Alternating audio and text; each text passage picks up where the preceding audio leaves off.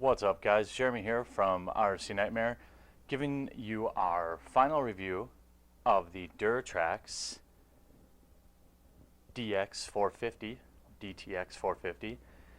This is the RC motorcycle, brushless, and you normally find the reviews on our Friend of RC channel, but given the strain of maintaining multiple channels, I want to make sure that I pay enough attention to RC Nightmare, so I'm going to be putting our reviews here, at least for the immediate future.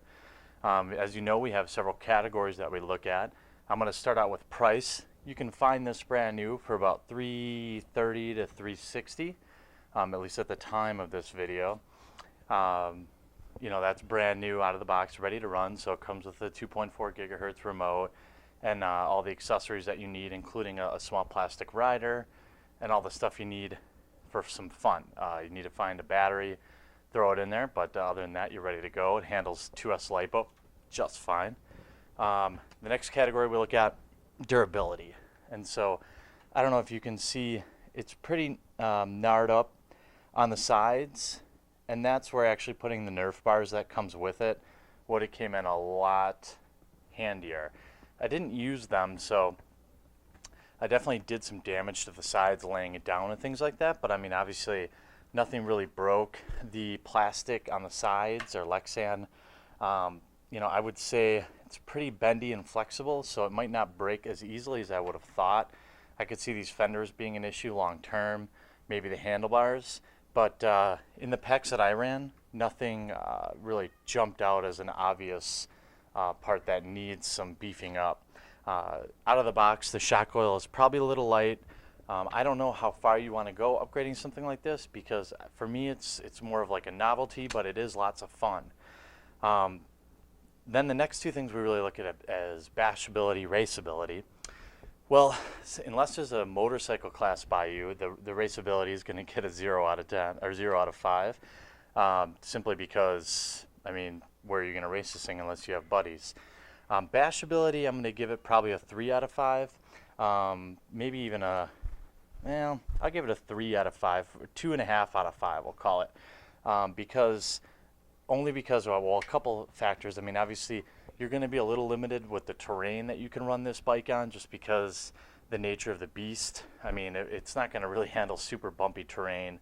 You need something a little smooth, a little consistent to handle it, so it may not be able to be bashed just about everywhere.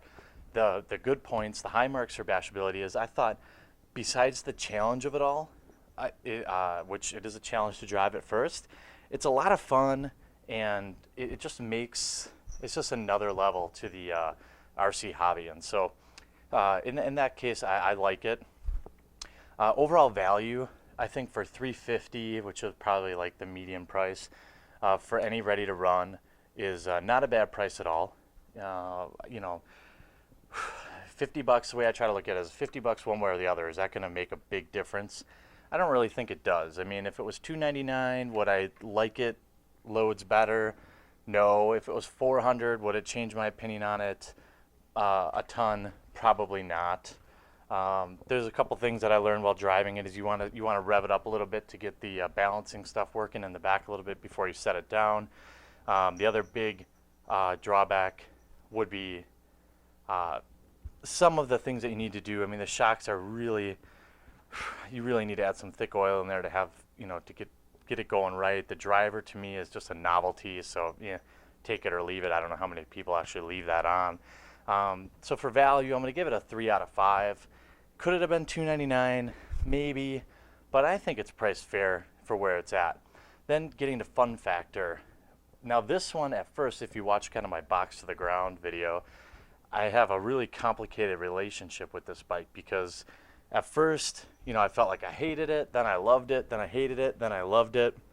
So maybe after some upgrading, I would say I might like it a little bit more.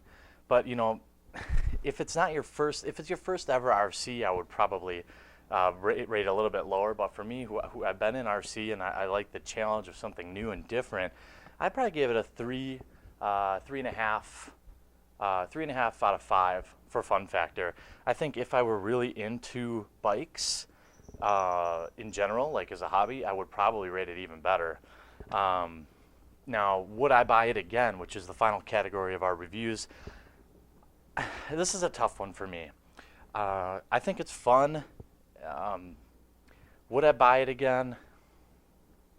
Yeah, maybe. The jury's still out on that. I think, it's not just a clear, awesome winner like maybe the ST4 was, but it's something different. It's something that you kind of just take out and have a little fun with. I could see getting into doing some projects maybe with it and upgrading it, making it a little bit more fun. I think had I ran it with the Nerf bars on from Jump Street, I would have liked it a little bit more. But overall, I think my final kind of take on it is it a great first RC? Probably not.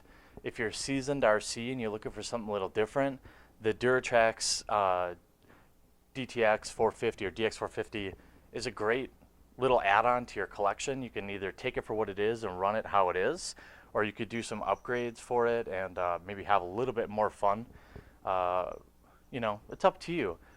So that's kind of my thoughts on the DTX450 from Duratrax.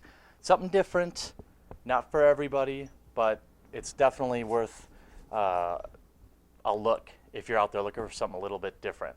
So I hope you guys enjoyed this. Hope this helped kind of give you my overall thoughts with this kit or bike. And if you like this video, help us out by crushing that like button down below. If you're new to the channel, make sure that you take a second and subscribe and join at the time of this video, almost 21,000 subscribers. So, and if you have any questions or comments, post them up on down below. As you know, I always interact with our subscribers, so I'll get to you and I look forward to talking. And we'll see you real soon. Thanks.